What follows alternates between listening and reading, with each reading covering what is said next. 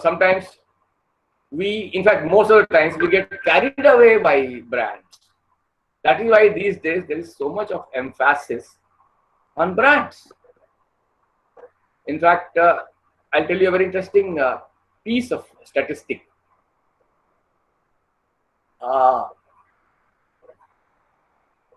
Which is the world's richest and strongest country?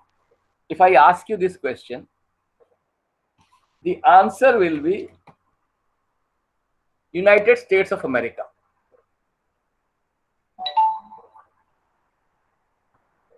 But now there are other questions also.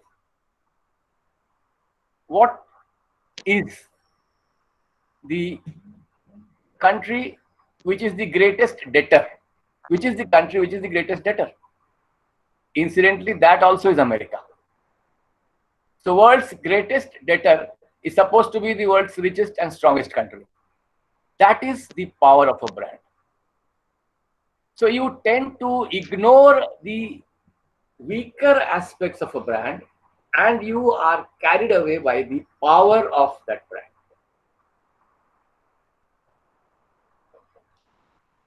And one more important aspect of a brand is that once it loses its sheen, it's very difficult to regain.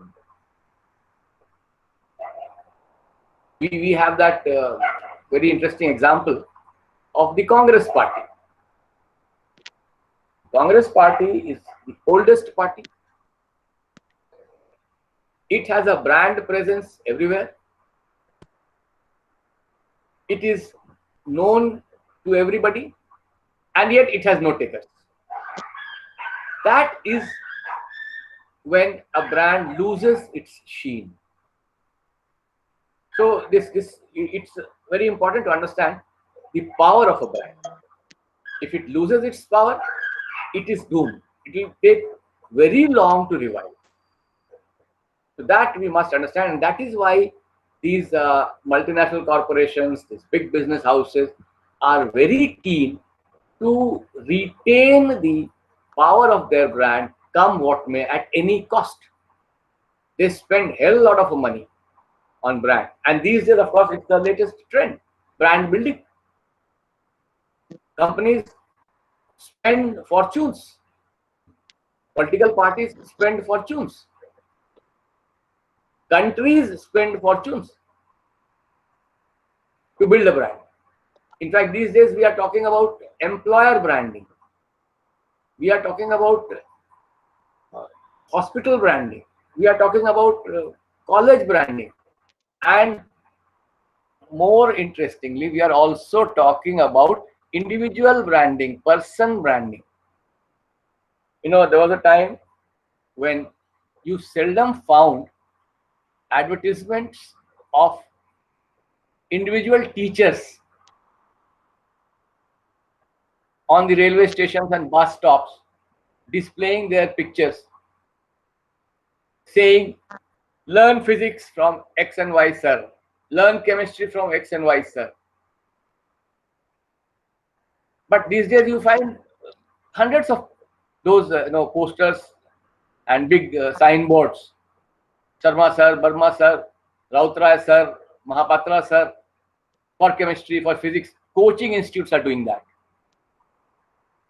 So because brand sells and brand works, quality is an ephemeral aspect of a product, and it is more a perceived reality than a reality per se.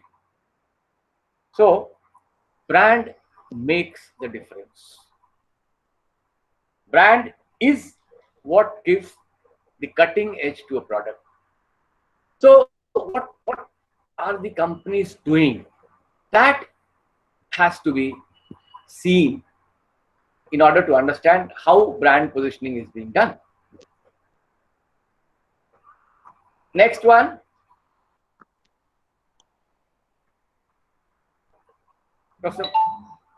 No, this is all right. Next one. Yes. So we will try to define a brand. A brand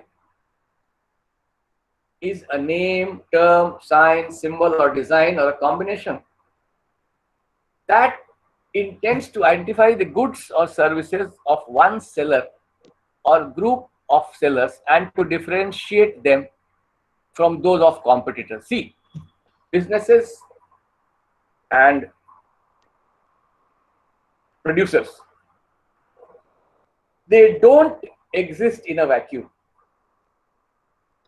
They exist in an environment, and that environment is highly competitive. So in this competitive environment, people are vying with one another for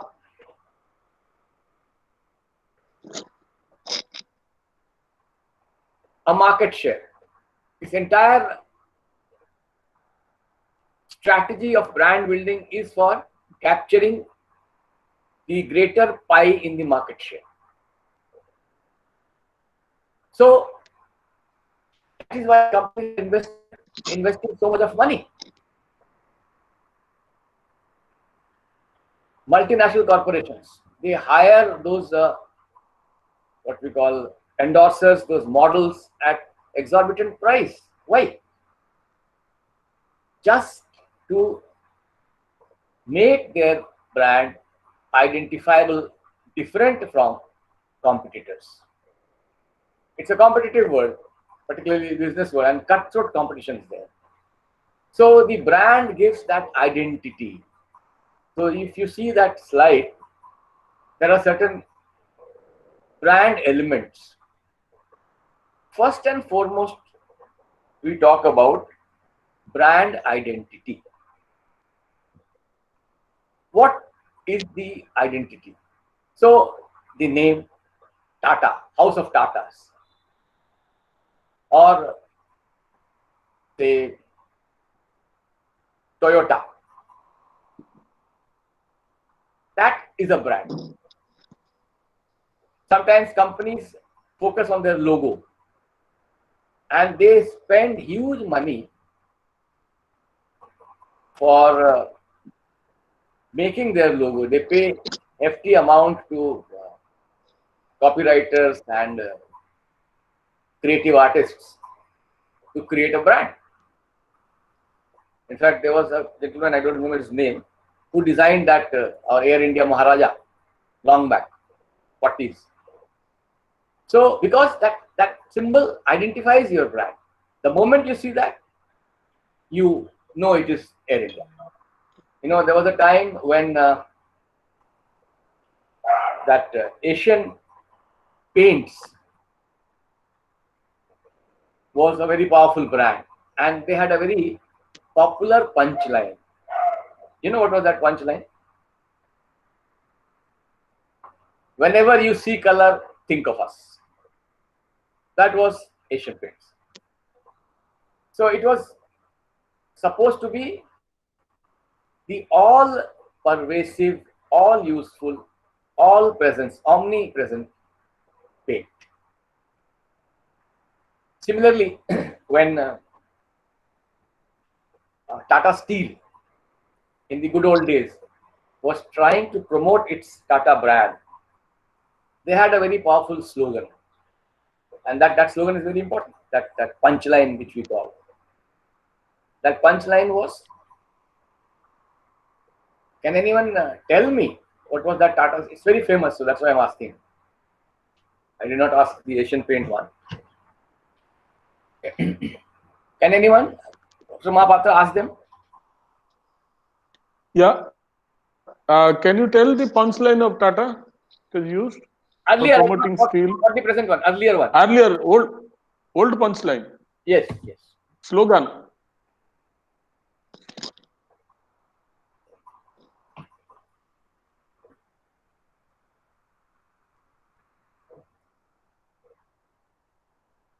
No idea.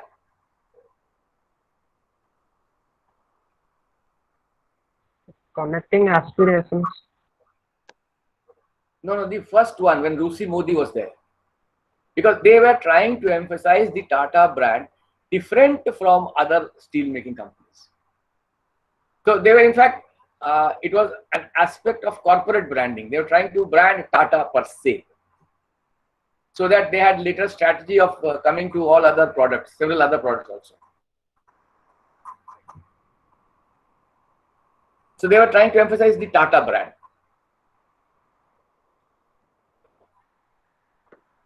They were into steel making, but they had other plans for the future.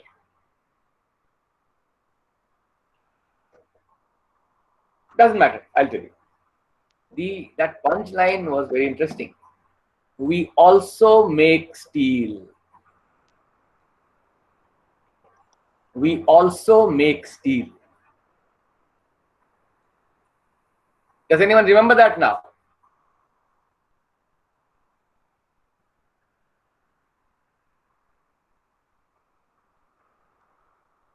Does anyone remember that?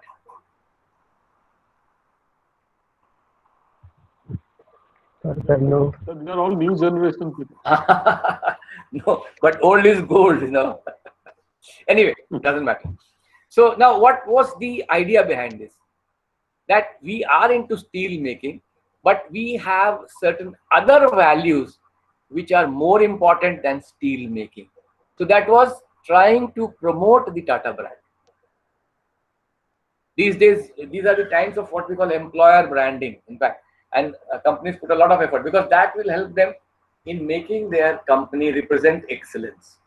So it will make their task of promoting a new product easy, because that is very important. Because see, the market is full of products, hundreds of products of the same thing. You name one product and there are 100 brands. Now, which one to buy, which one not to buy? For instance, in the detergent market, there is Ariel, there is Surf, there is Excel, there are hundreds of brands, Khadi and whatnot. So now the question is, what should be the qualifying feature, the unique sales proposition that brand helps? So brand has an identity, and brand has an image also. Oh, Tata must be good. Do you remember a very popular slogan? Fresh and juicy, got to be fruity. Yes, sir. So that was the image. Fresh and juicy, got to be fruity. Or there was in fact another very powerful punchline. Thanda matlab? Coca-Cola. Coca-Cola. So that is what. Pepsi. Huh? Success solo. Pepsi. Thanda matlab Coca-Cola. That was the brand image. So in fact, in states like Bihar and UP, there's a very interesting thing, very interesting anecdote I'd like to share with you. When the bride's father is negotiating with the groom's father about dowry, and in villages of Bihar and UP, there is that tradition of giving some vehicle. So there was a time when motorcycle was much in demand. So you know what the bride's father would say? The bride's father would say that you give a Honda. Now it was not the Honda brand of motorcycle. Honda represented motorcycle per se. So maybe Rajdoot also was acceptable. But he will name as Honda. So that is what we mean by Thanda matlab Coca-Cola. So that is brand image. And then brand positioning. Now positioning, we'll get to the definition in the next slide. But before that, I'd like to tell you, what is brand positioning? Brand positioning is positioning your product in the mind of the customer, so that at a given time, he realizes this is what he wants. For instance, remember that famous Maggie advertisement. When was the Maggie advertisement displayed on the television? It was always after the summer vacations, when the schools were to open and the housewives were required to prepare food for their school-going child in early morning. So that is why Maggie came. 2 minutes. So Maggie noodles were popularized in post-vacation time. Similarly, Chyawanprash. Chyawanprash is advertised at the onset of the winter, so that it gives you some kind of a what we call resilience to fight the winter-related diseases like cold and flu and all. Corona was not known, so there's no. In fact, and even after knowing Corona, we have no options. But anyway, so that is brand positioning. You position a brand in such a way that people realize it is the time for that brand. So you create an image of the product in the minds of the consumer, and then there is the brand personality. Now, what is that? What does the brand stand for? Now, there was a time when the thumbs up ad with Salman Khan was very popular. And you know what was the picture depicting in that thumbs up ad? Taste the thunder. So it is for the strong people, it's all for the daring people. And the way he used to, rush and pick up the thumbs up bottle, taking all those risks, that reflected the brand personality. So that is the brand personality.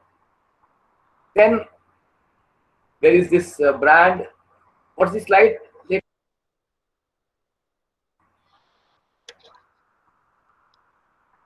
Professor Mohapatra, can you make it a little bigger, this slide? Full screen? It is bigger only. Full slide. Full screen. This is a full screen. Oh, wait. Brand personality, and then brand equity is there, right?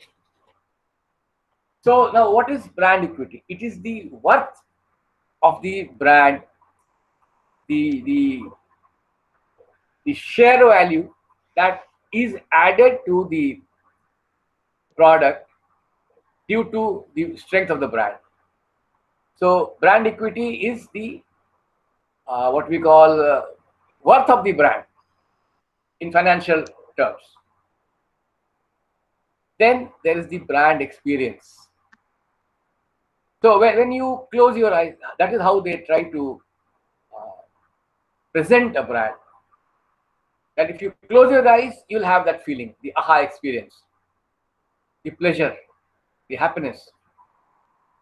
That is another important element of a brand. And then brand differentiation. So now, what is the speciality of your brand? What other features does your brand offer? For instance, there are so many health drinks doing rounds these days. So there is a very interesting advertisement you must have noticed. Almost all products say that it kills 99.9% of the germs. I don't know why they have left that 1%, but that is a trick of marketing. It's a trick that helps in changing the consumer perception. The moment you see a statistic, you think this must be accurate. So, in fact, what we call that is projecting spurious accuracy.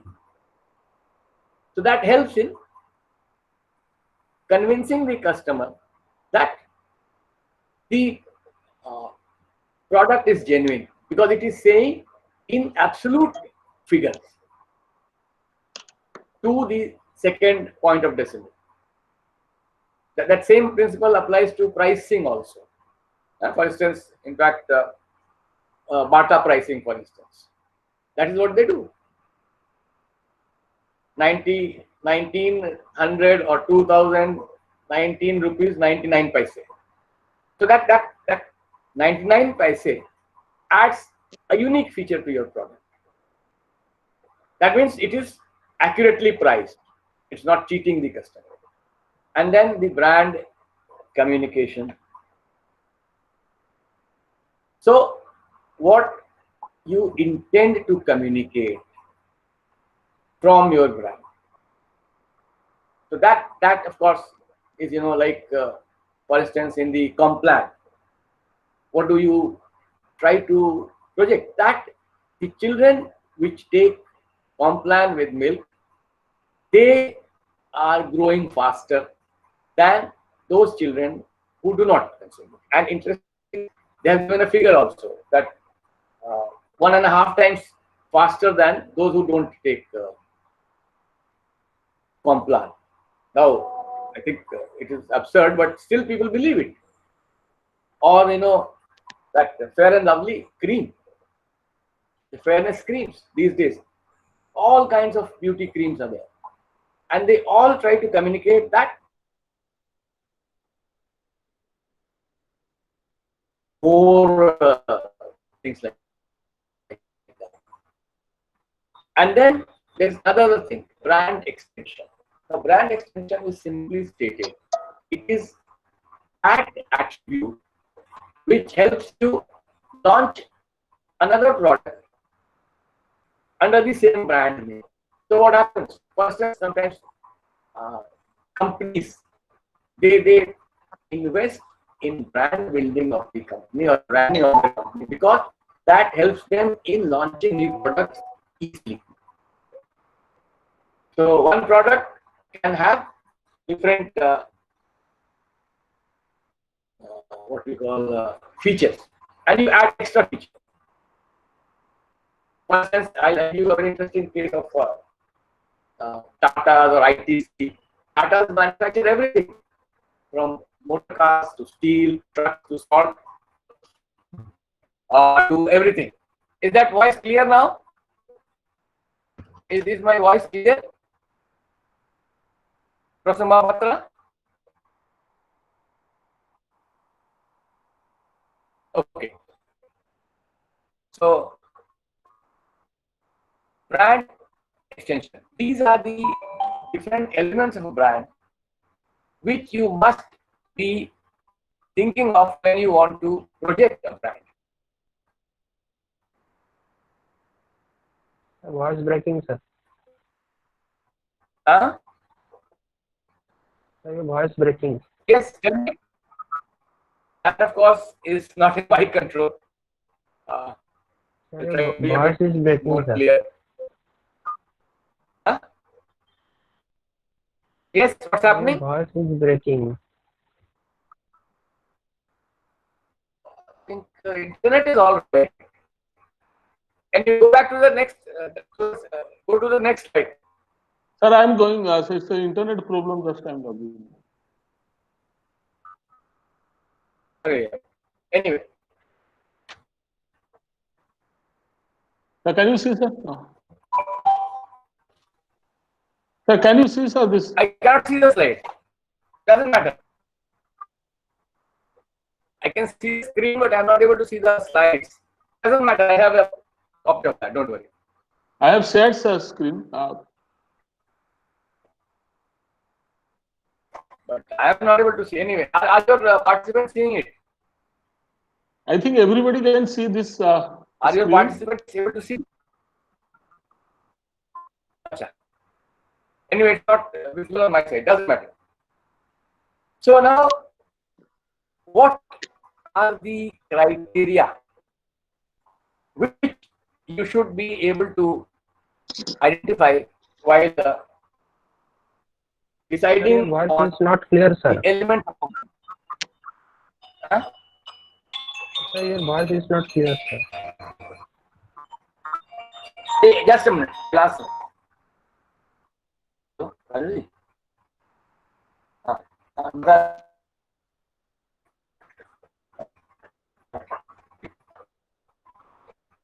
yes. So how to choose good? Am I audible? Yes, sir, we can hear. No, sir. Voice breaking, sir. Right. Am I audible? Na? Right. So how to choose good elements to create brand? Those elements which we have talked about in the previous slide. So if you see there, the elements should be easy to remember and they should be very easily understood. So memorable, meaningful, and likable. These are the three aspects in the initial slide over there given. So what do we mean by memorable? There are certain aspects which are easier to remember. Like for instance, the punchline. The punchline has to be as simple as it is. If the punchline is complicated, you will not be able to remember it at a later stage. Then it is meaningful. In the psychology labs, we have done several experiments and we have found that nonsense syllables are very difficult to remember in comparison to meaningful words because the power of the memory to process information is designed like that. When it comes to meaningful material, we are able to relate it with some experience and we can read that. So it's to our brain. But when it comes to nonsense syllables, words which are meaningless, they are not easy to remember and likable. They should give you a feeling of pleasure. They should be pleasing to the eye. The color, the combination should not be jumbled up figures. And then transferable. They should be transferred from one to another. Adaptable and protectable. So these are the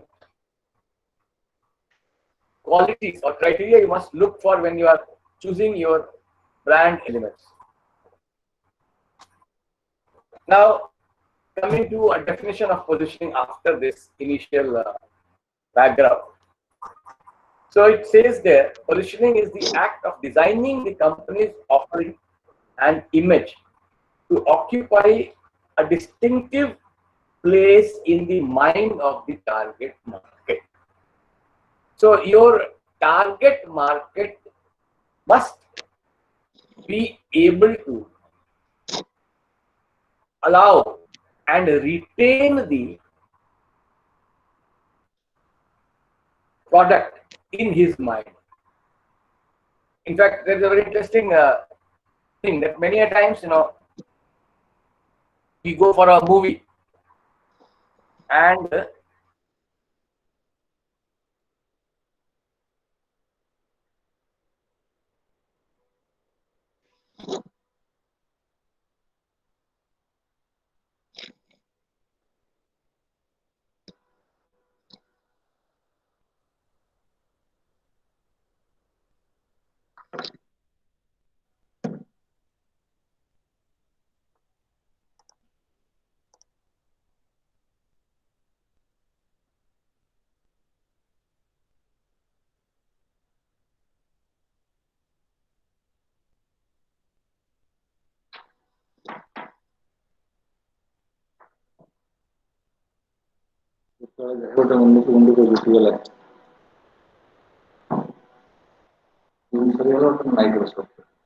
Hello, can you hear me?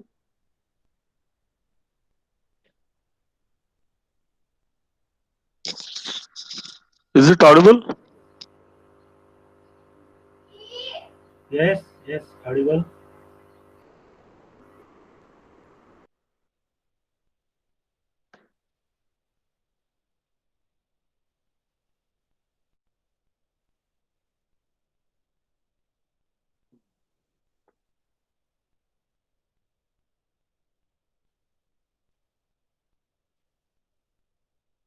I think Dr. Pathak somehow he has left.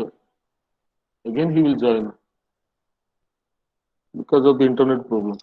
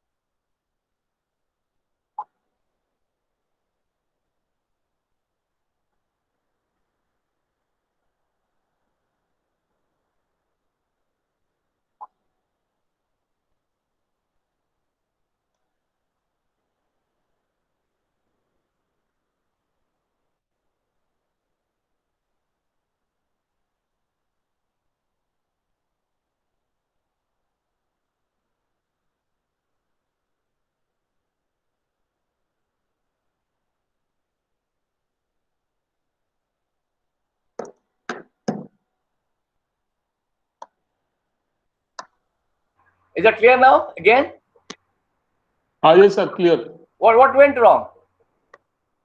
I think, sir, you exited. No, I can. I am there No, sir. because my internet connection is all right. It shows here it's all right. You again you joined. Achha, I don't know. Anyway, sir, Anyway. no problem. No problem. So that is the difficulty with when you outsource everything to technology. Yes. Right.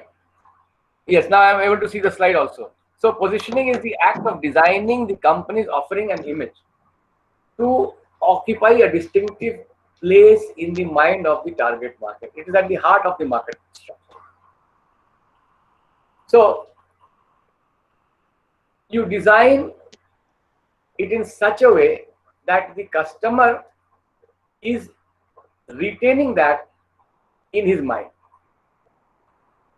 These days, branding has become very crucial aspect given the competitive nature of the market. So there is political branding, there is employer branding, there is branding of organizations, there is branding of nations, there is branding of education institutions, there is branding of teachers, there is branding of doctors, hospitals, actors, everybody. So what do they aim to do? They aim to create a position in the mind of the customer so that he accepts your product as quality.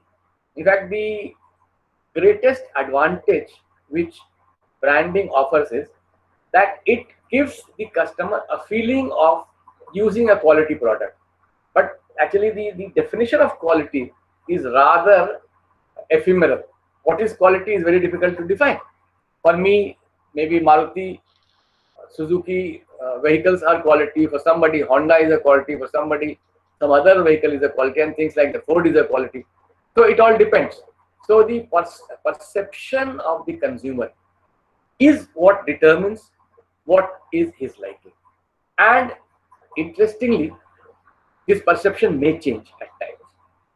But by and large, we cannot be sure of that particular quality which makes a consumer stick to it.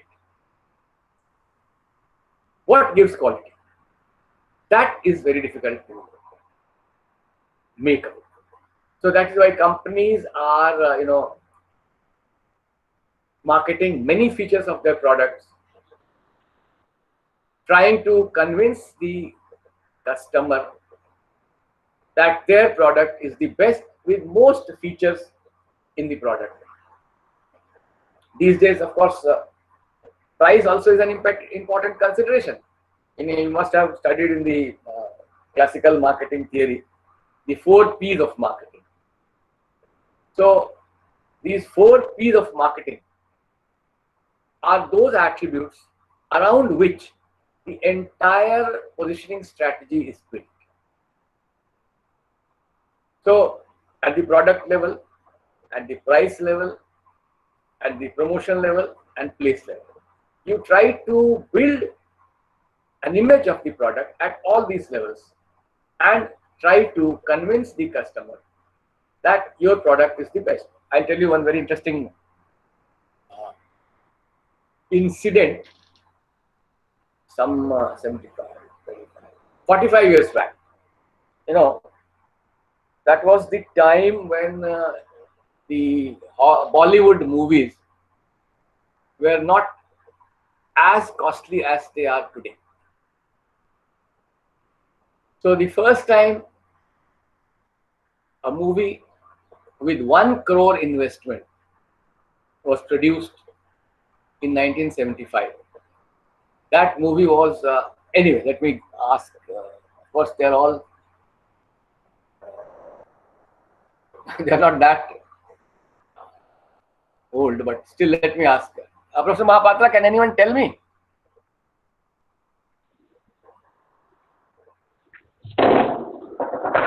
Yes, sir. Hello. Can anyone tell me what was the first 1 crore multi-starrer movie in 1975?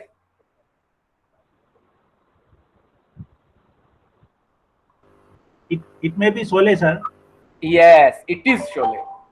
It is Sholay. So, you know, the punchline of that film was Ramesh Sippy's 1 crore color colossus.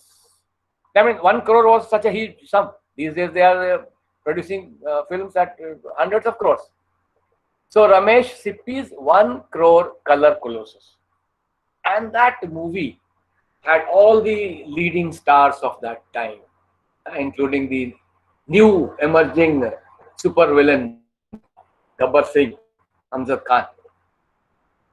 So there was Sanjeev Kumar, there was Hema Malini, there was Dharmendra, there was Amitabh Bachchan, there was Amjad Khan. You name and it was there. Jaya Bhaduri. That was a big hit. Incidentally, in the same year, there was another movie produced. No big stars. Must have been produced in a few lakhs, 5 lakhs of rupees. And it was a bigger hit. Now, this is a real brain teaser. Can anyone tell me the name of that?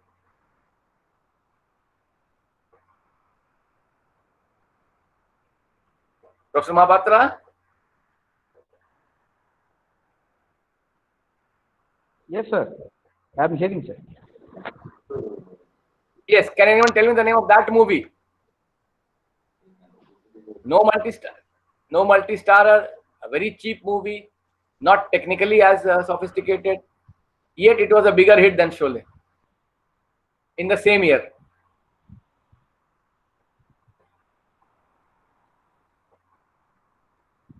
Sholay, of course, you guessed right. So, what was the movie that gave Sholay a run for its money?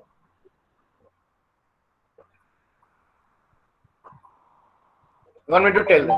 Divar, sir. Divar. No. Diwar also had multi-starrers, huge, big stars. There were no stars. In fact, I don't remember the name of the leading actors also. It was Jai Santoshima. It made such a huge impact that it ran for years. So that is one interesting aspect of the consumer. That what will click and what will not is very difficult to make out.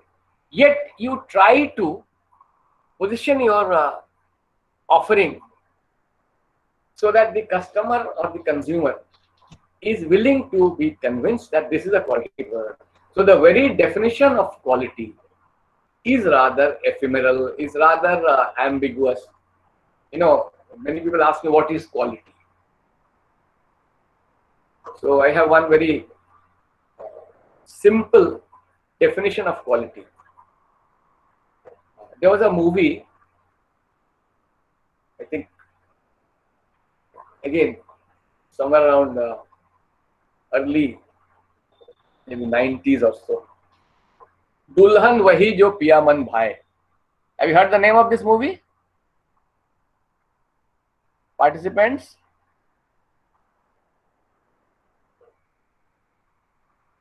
Professor Mahapatra?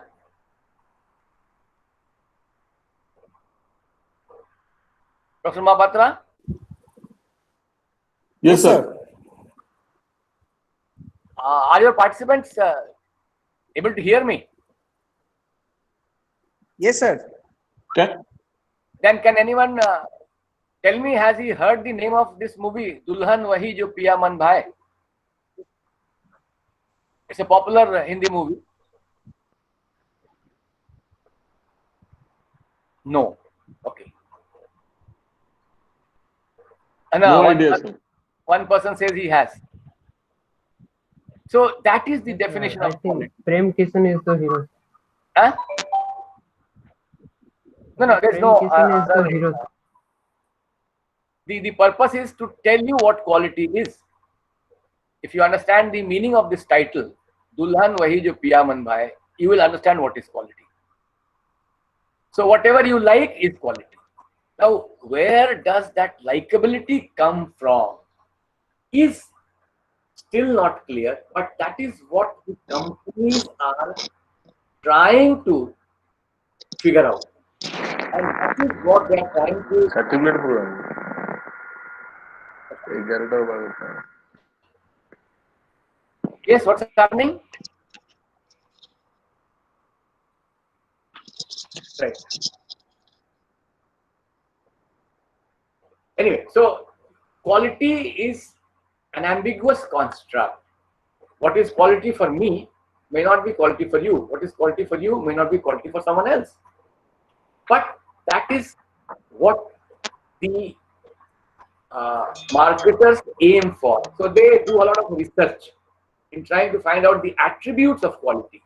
But there are so many attributes, and the customer has so many preferences, so many angularities, that it is very difficult to make out. So that is why they say that even in marketing research, 30 to 40% of the effectiveness of the marketing research effort depends on the intuition of the marketer. His experience is what we call the horse sense or the sixth sense. So there is no set formula for quality, and in fact, there's a very interesting information I like to share with our participants. There was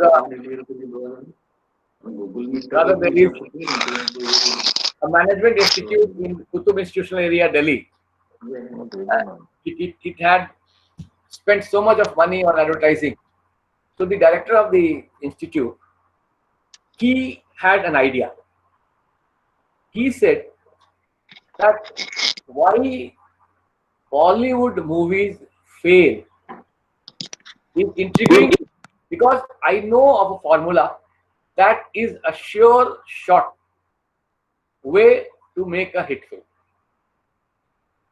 So naturally, people were rather interested in his idea. He said, I've carried research and I know how to make a hit movie. There are certain attributes. And to prove his point, he produced a movie with Sunny Deol and one more star, I don't remember. Rok Sake to Rok Lo. The irony of the whole story is that it was a miserable failure. So that is consumer. So despite all your efforts, all your attempts, it's very difficult to gauge the mind of the consumer. Marketers are making efforts and they are still not able to hit the bull's eye. But yes, in absence of any better proposition, these are the techniques which we have to adopt. So now we'll have more of this subsequently. But as of now, so that is the intriguing aspect of positioning. What works and what doesn't. We in fact, in the 2014 and 2019 elections, both the Congress party and the BJP spent almost equal sums of money. But what was the result? So that is very difficult. But anyway, so we must be also very clear with the theory as well as the practice. They are two different things. Theory is one aspect, practice is another aspect. So what seems plausible in theory may not work in practice. Particularly these days when there is so much of competition, any one small feature of a product or a service may capture the imagination of the consumer, and it may be a hit, and the next moment it may be a failure also. So despite all this, the purpose of brands positioning is that the customer wants to own the brand. So whenever a customer is fancied, enamored with a brand, he is attracted to a brand, he thinks that is his brand. Hamara Bajaj. Remember that? What was the hidden message of that? Hamara Bajaj. My Bajaj. Our Bajaj. Hamara Bajaj. So that is what is the purpose of brand positioning. And then a strong brand position, if you are able to strongly position your brand, you have occupied the mind of the consumer. So he gets obsessed with your product. In fact, there's a very interesting study which we have carried out long back when I was a student of psychology. In psychology labs, those days cigarette smoking was a very fashionable, powerful habit. So in fact, it was the sign of maturity, it was the sign of male Mako. So cigarette smoking. So many of those smokers were addicted to certain brand. For instance, Will's Filter was a very powerful brand those days. And then there was an additional filter brand having a similar name, Will's Flake. Can you hear me? Professor Mahapatra? Can you hear me? Sir, we can hear you. Right. So it was Will's Filter. That was a very popular and strong brand those days. So Will's Flake was a similar brand. Of course, the smokers who would be smoking what we call Will's Filter would swear by Will's Filter. Those who smoke Will's Flake will swear by Will's Flake. So we tried to carry out a study.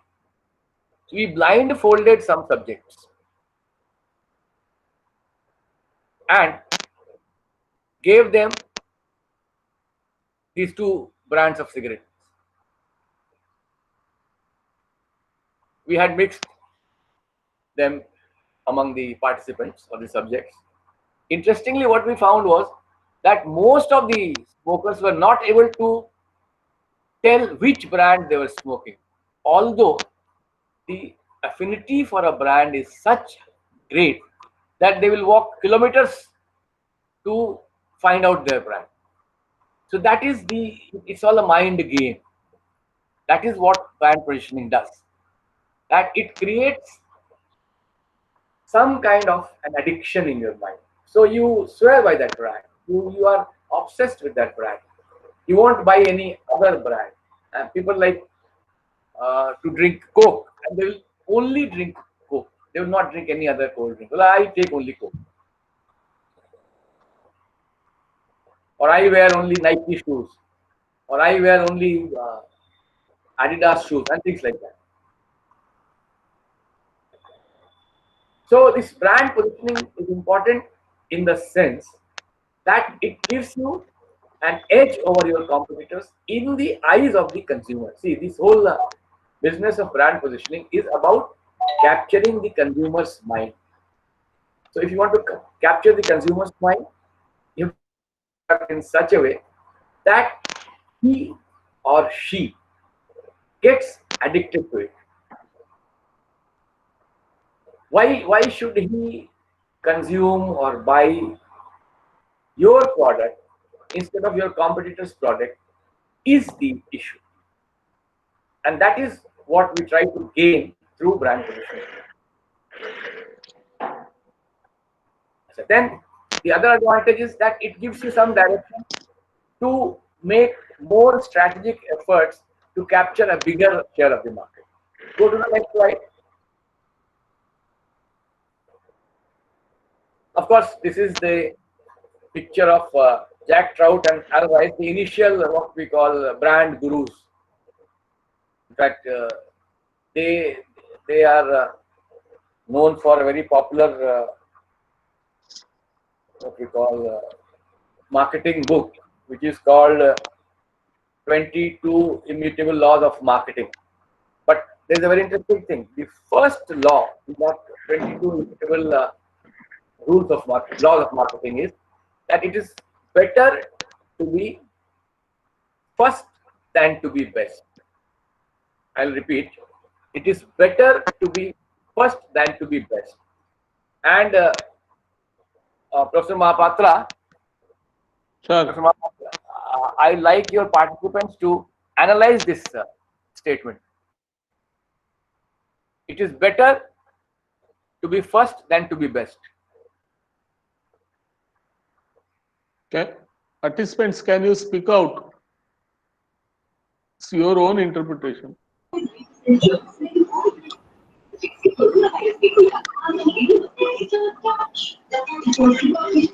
Hello. Hello. Hello. Yes. Yes, sir. Can I speak? Hi. We can hear you. Yes.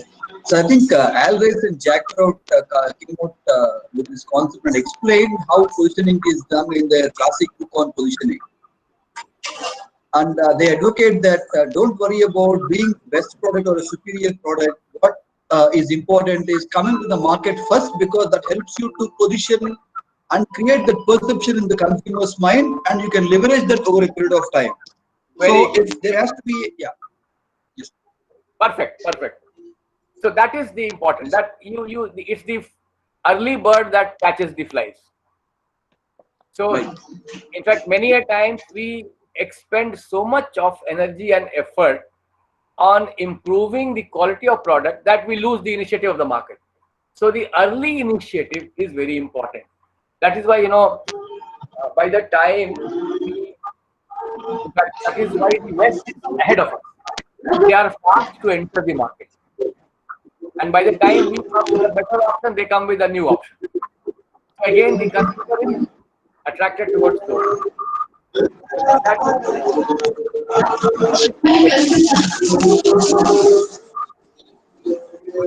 Now, the next slide. Next one, please.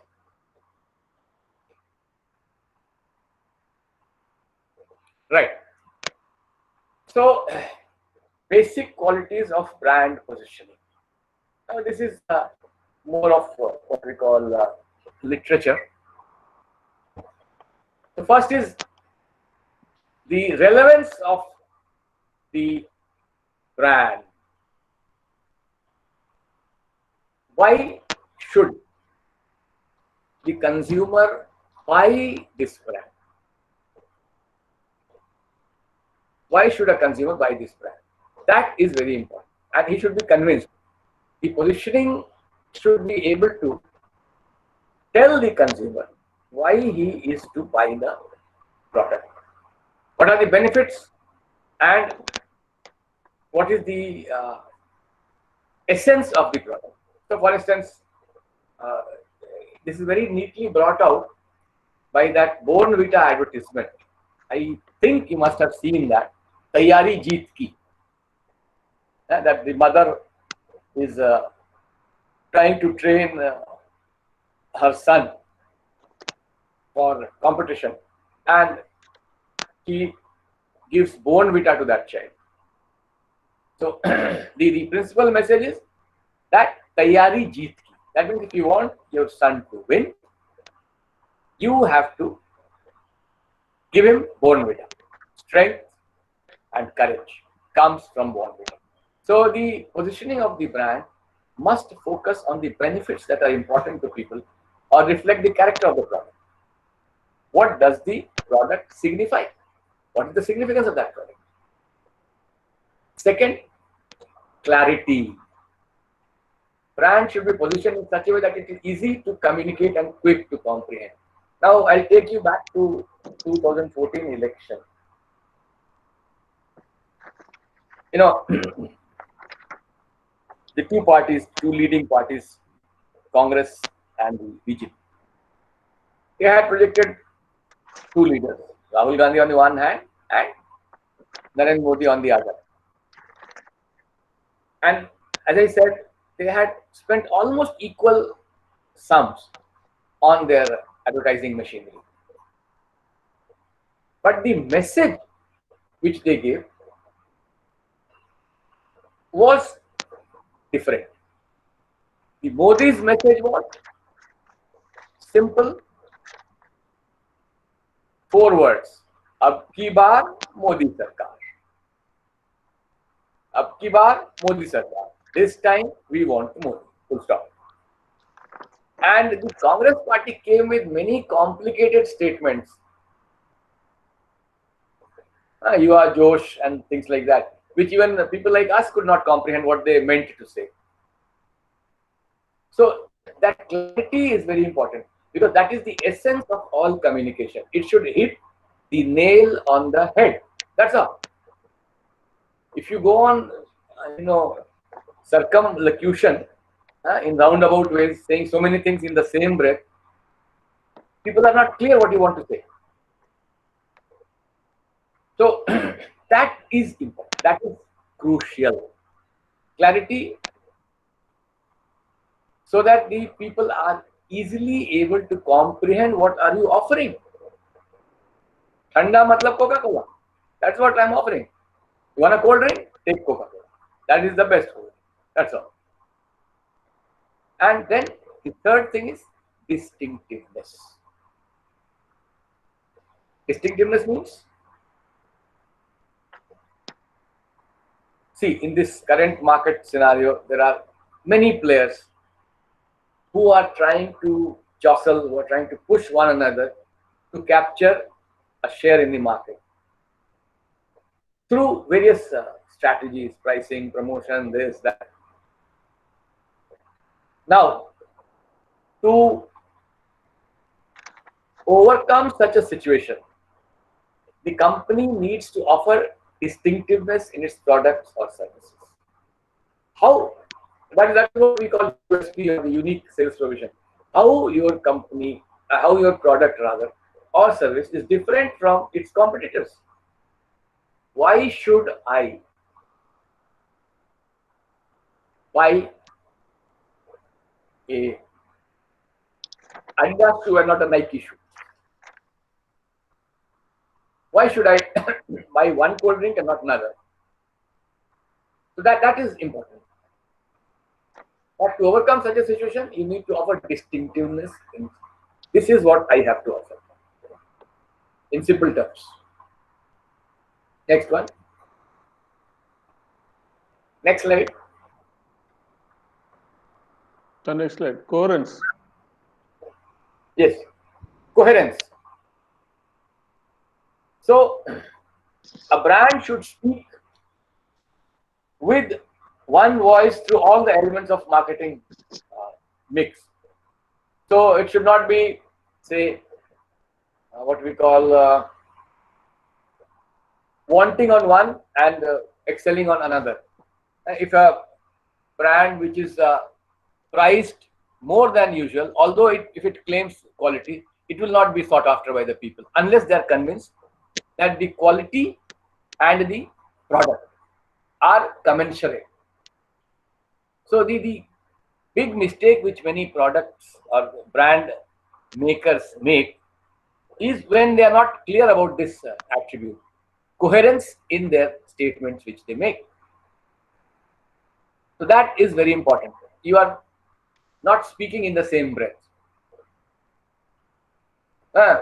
Price, you are not able to justify. And product, you give all its features. So people are also, because what exactly does a customer look for?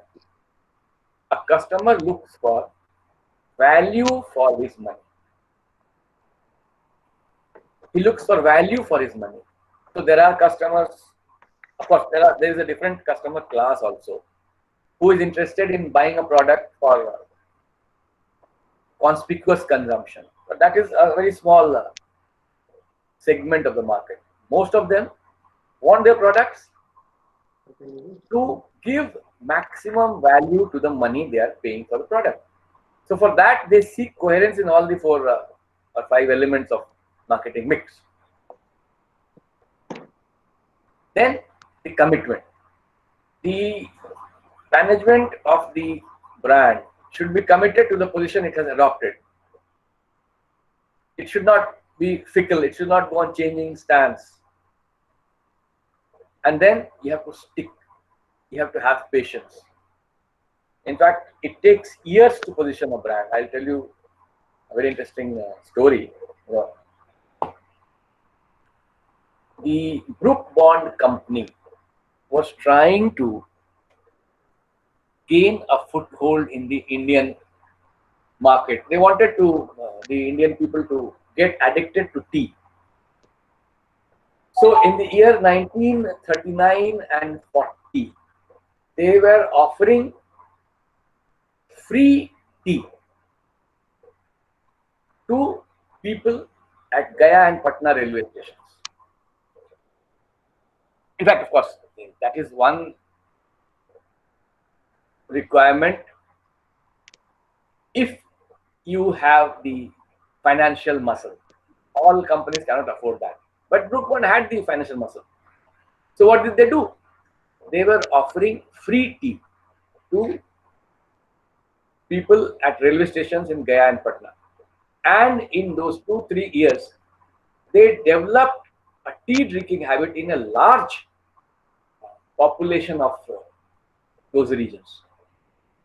So that is very important because it takes years to position a brand. It's not easy. And once it gets derailed also, then also it takes years to revive the brand. And then it calls for courage. Courage in the sense that, see, your competitors will try to run you down. In fact, that is very commonplace in political advertising. One brand against the other brand. So you have to be very clear to defend and appeal rather than be interested only in changing the sales pitch. So that is one weakness which the Congress party is doing compared to the other party, the BJP. They are not able to defend their stand. One moment they are taking one stand, the moment that stand is refuted, they go to another stand. And that is creating a problem. So you have to be very particular about that, defending the position of your appeal. That we are for this, we stand by this. Next one. The next one.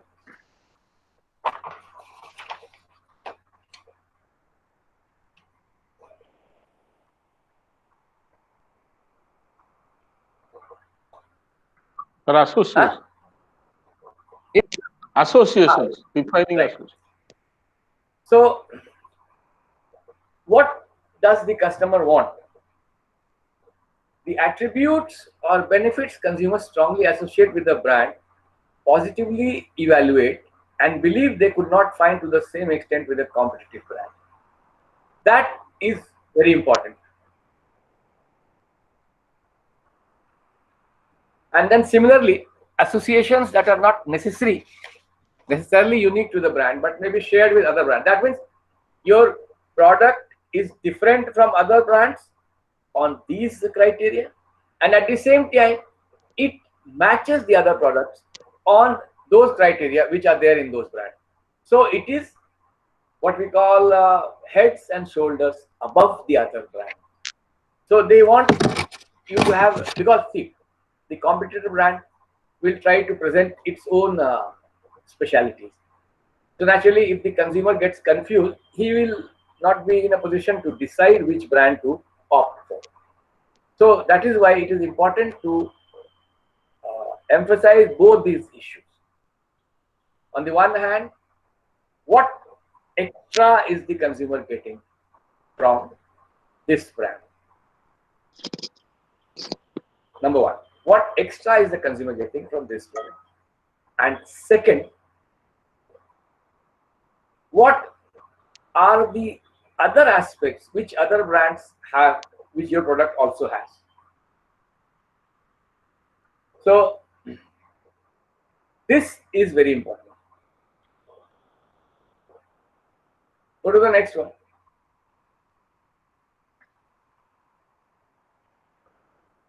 Yes, this is, I think, self-explanatory. We go to the other page.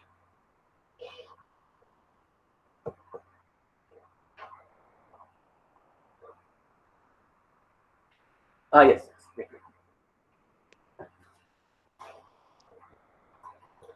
So this is what I was trying to mention, that what does a customer want?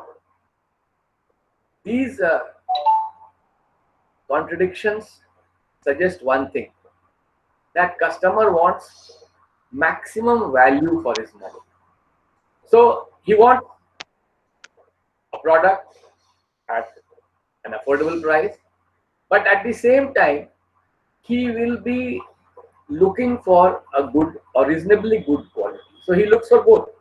So this assumption is wrong, that high quality comes at a high price.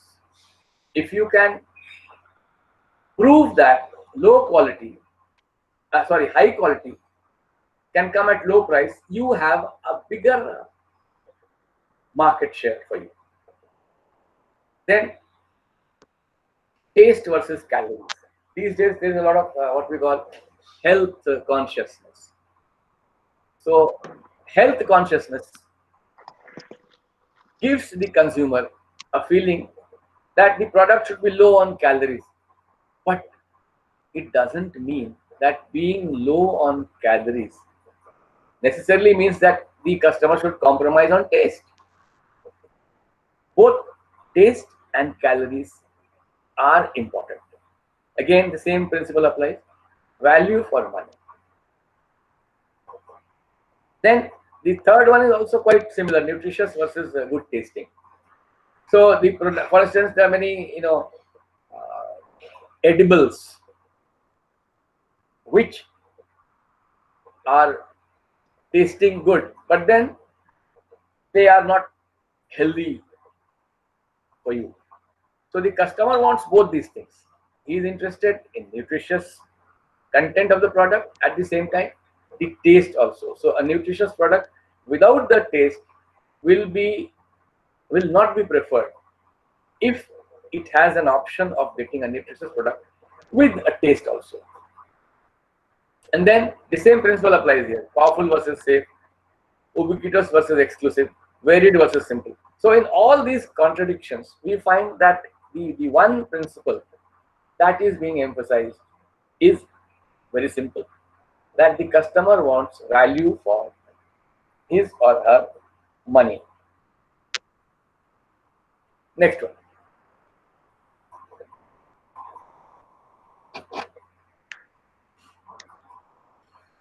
So now these are the major issues in positioning.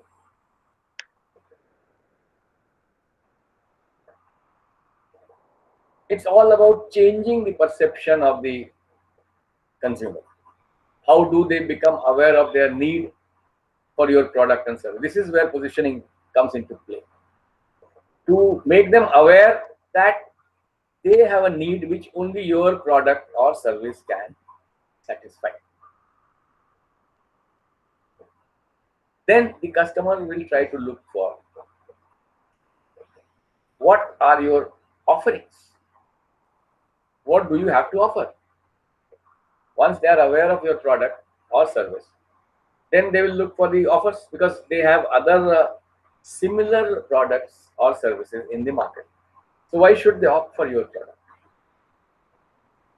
So this means that he will weigh the options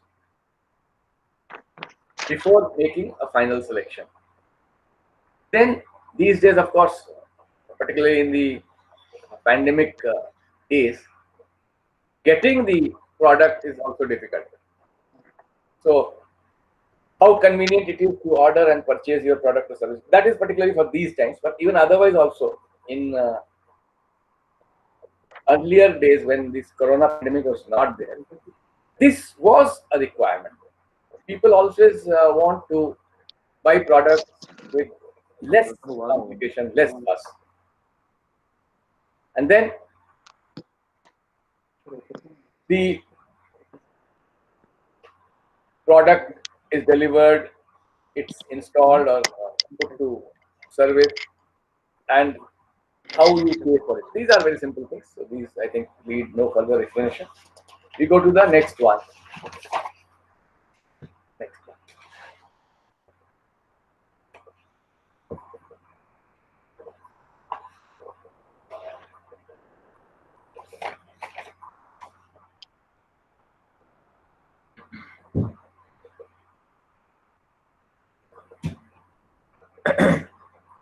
You can ignore that. You can, I think, go ahead.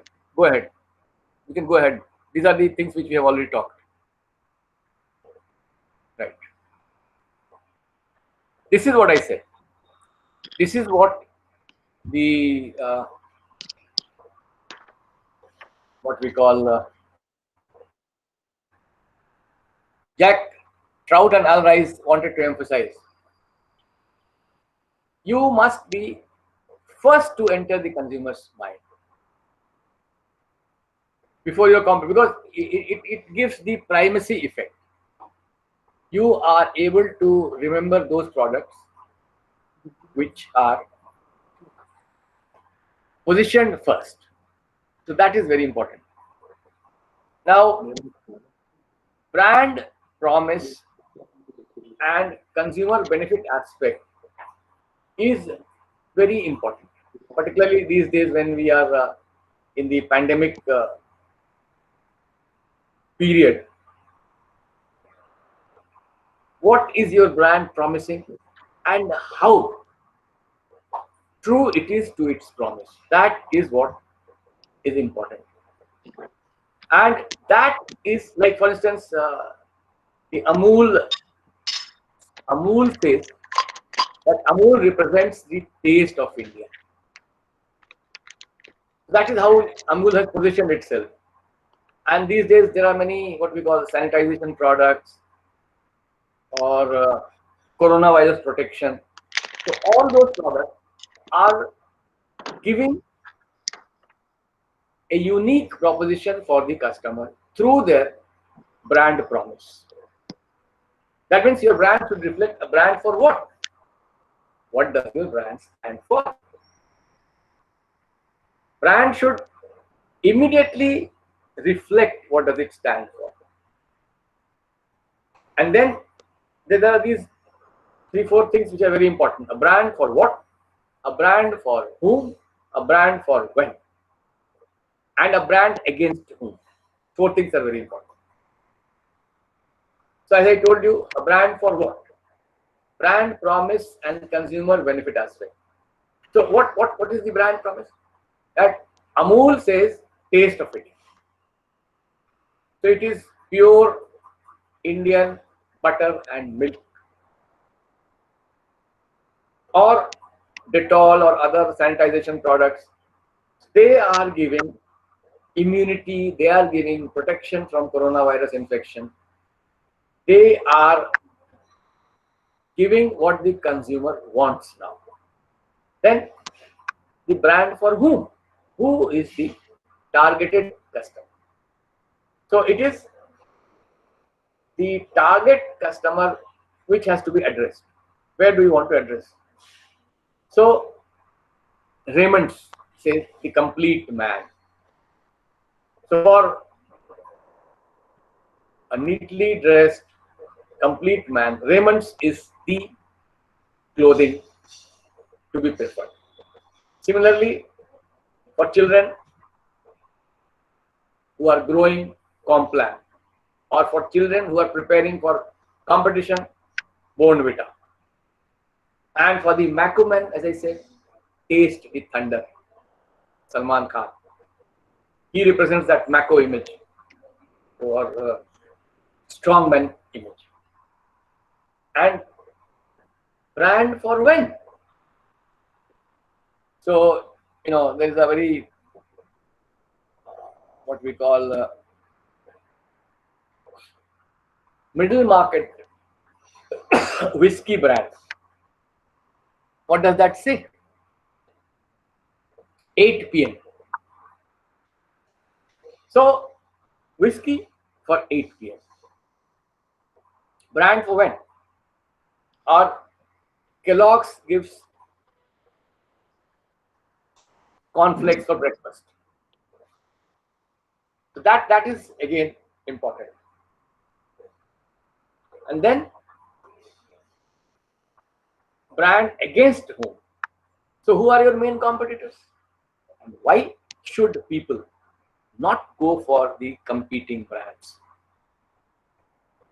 So there's a very popular advertisement, commercial advertisement these days about Harpic.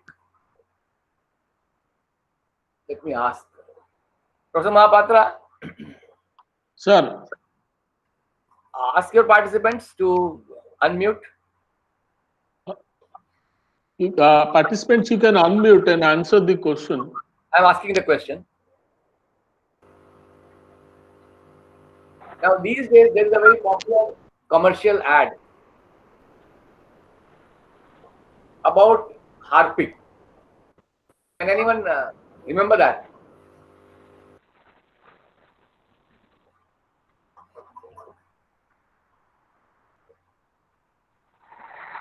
Yes. Tell me.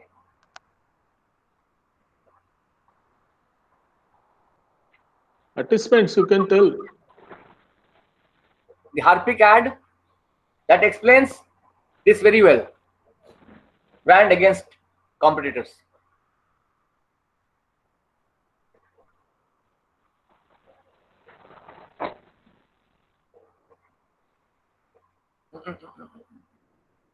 Forget, the slides are there already. I think we need to have more practical discussion. Yes. No idea. Should I tell? Swachh toilet. Huh? Swachh toilet. What is it saying? The Harpic is being taken by Akshay Kumar, and he goes to visit a house, and that lady comes out and she says, "Oh, Akshay, how have you come here?" He says, "I have got something for your toilet." Then the lady says that I am already using Detergent. a costly detergent. So Akshay Kumar says that is the mistake you are making. Detergent is not the answer to your clean toilets. It is Harpic. So brand against your competitors. In fact, in many toilets, people were using those detergent for cleaning the toilets. So that is how they have positioned their Harpic brand. Is that clear to all of you? Is that clear? Yes, sir. Yes, sir. Yeah, right. So positioning is crucial. On consumer choices are made on the basis of comparison. So this positioning helps you compare with the other brands so that you know why you are using or why you are likely to use or why you must use a particular brand in comparison to the brand your competitor has to offer. Clear? Yes. Right. So then, but for this you have to build your brand identity. How will you build that? So there are 6 qualities there. Physical qualities. First, if you are going to build a brand identity, to position your brand, you have to have a brand identity. And that brand identity has 6 qualities. Number 1 is physical qualities. So these days there are those what we call Tetra Pak products or reusable pack. For instance, hand wash or things like that. Just 1 minute. Just 1 minute. Or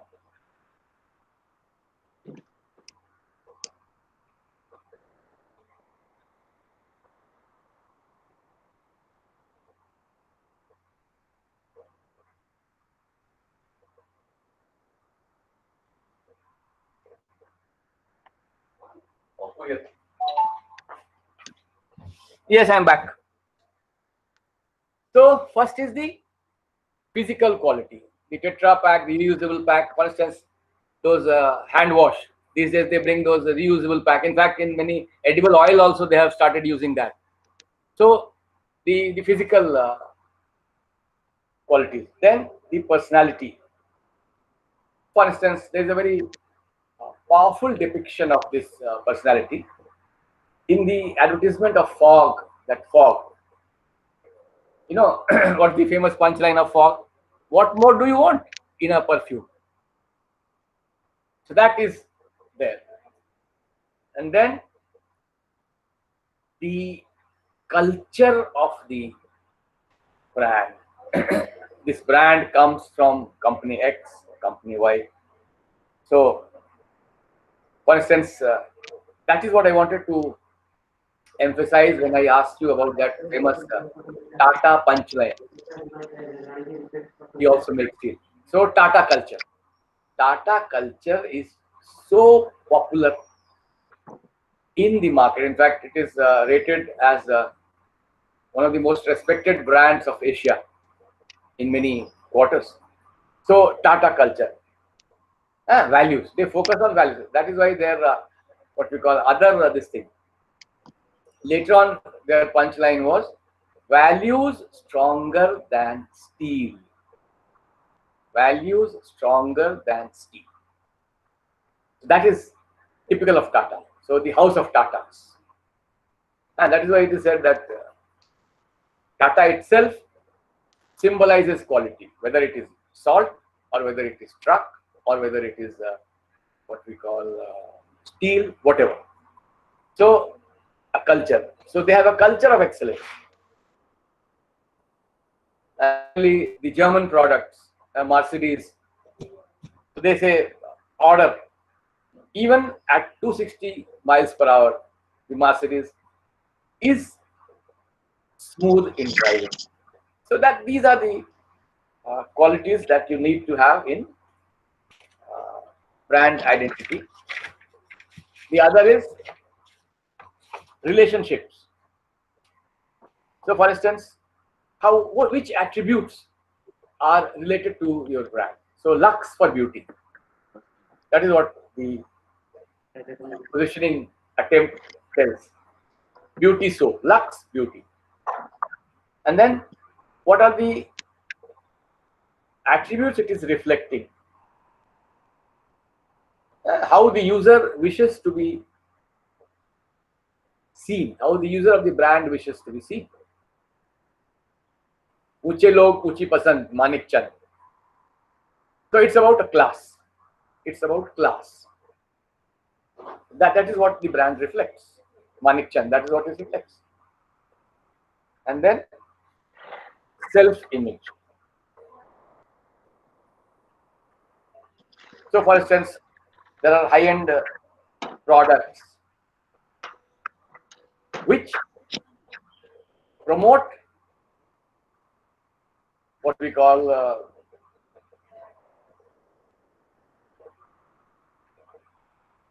your product which is for the elite class.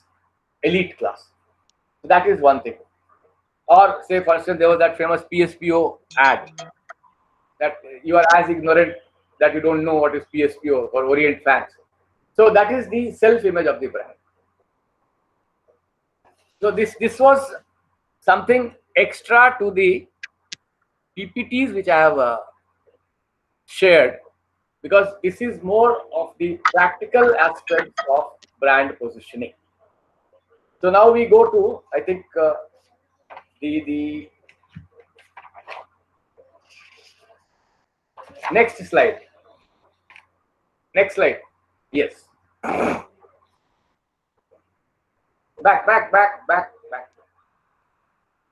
Back. So base. No. Next one. Stop.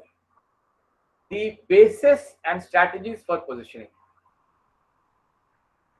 What attributes do we wish to include in our positioning efforts? Number one, quality positioning. Number two, the value, the price positioning. So where do consumers perceive your product standing on quality positioning? Second, value or price. As I said, the ultimate desire of any consumer is asking for value for money. So value positioning. You get the best deal. The benefit positioning. What do you stand to gain from the product? What are the benefits that you are going to get? Many a times, customers look for extra features. So when they are looking for extra features, they are keen on add-ons. So in fact, it depends. You see, there are one thing must be very clear in the mind, that there cannot be a one-size-fits-all positioning strategy. There cannot be a one-size-fits-all positioning strategy. So some consumers want something from their product. Some consumers want something else from their product. So what are the features? What are the benefits they are looking for?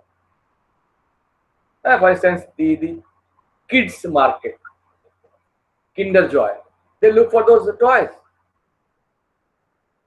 So that is very important. That which consumer you are targeting, and what is the likely requirement of that consumer, and then the demographic position, which population class you are trying to position your product. So there's the low end, there's the high end, there's the working class, there's the blue collar, there's the white collar. They all will have different requirements. And then the competitor positioning, where exactly vis-a-vis your competitor does your product stand? What is better than the competitor's product? And finally, the cultural symbol positioning. What does your product symbolize? What does it say about the person who is using that product? Who is the user? For instance, these days in saris, they do a lot of all this. So saris are typically positioned for the bride, for the bridal, and for the groom's mother and things like that. So that they have a unique identity for positioning the products to different symbols. Next one.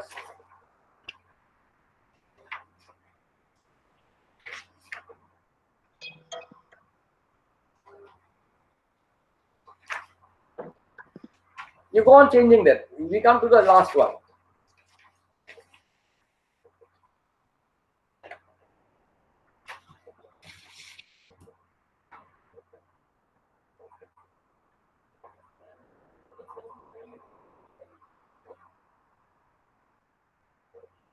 Right. Wait.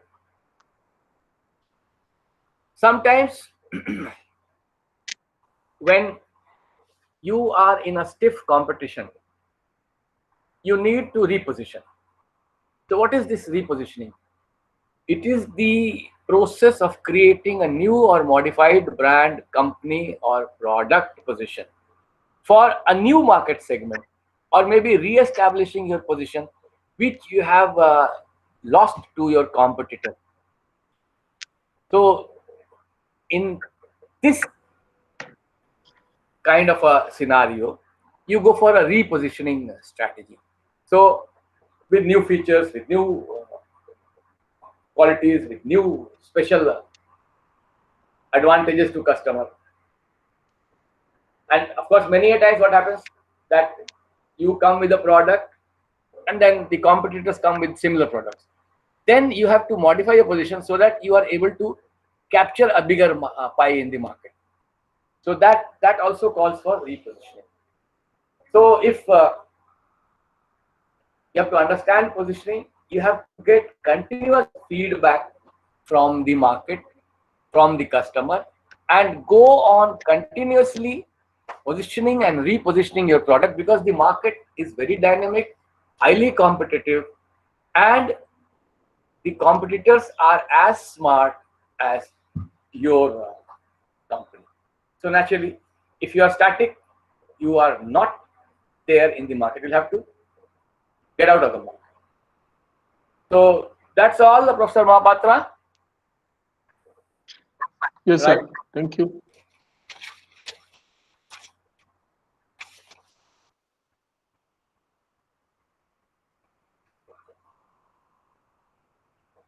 Anything special? Anybody having any question to ask?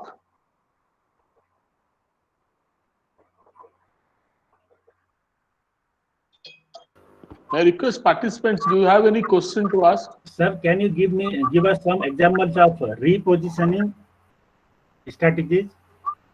Repositioning. Yeah, some examples. I'll give you. Do you remember that Surf and Nirma ad? Yes, yes. Right. So when Surf was the market leader, what was happening? There were no competitors. Mhm. Then suddenly this Nirma came with a new concept. Cheaper but competitive. That means if you are buying 1 kg of Surf, if you buy 2 kilograms of Nirma and mix it with half a kilogram of Surf, you get an equal quality product. So many households were now blending Surf and Nirma.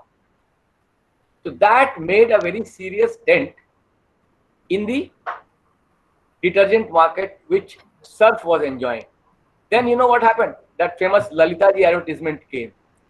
And the punchline was that Surf की खरीदारी में अब भी समझदारी है. That means it is still wise to use Surf, because by using Nirma, you are spoiling the quality of your clothes. So they reposition themselves in a different fashion. Is that clear? Yes, sir. Yes, sir. Yes.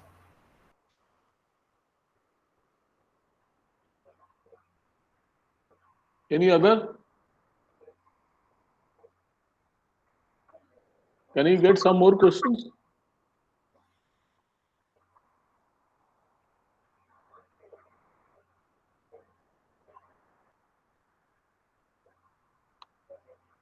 Sir, I think there are no questions. Thank you. So Thank I you, think sir. I must thank the participants for patiently attending the webinar, because these days, it's very difficult to focus on a screen for so long. In fact, many of them will have a headache in the evening. Sir, Yeah, yes. Yes, sir. But the topics are very interesting. So thank you. Thank you. Sir, I, on behalf of SBI University, thank you for participating in the webinar. Thank you. Thank you, sir. Thank you, sir. Thank you. Thank you very much. Thank you. Thank you, participants. We'll call up the day today.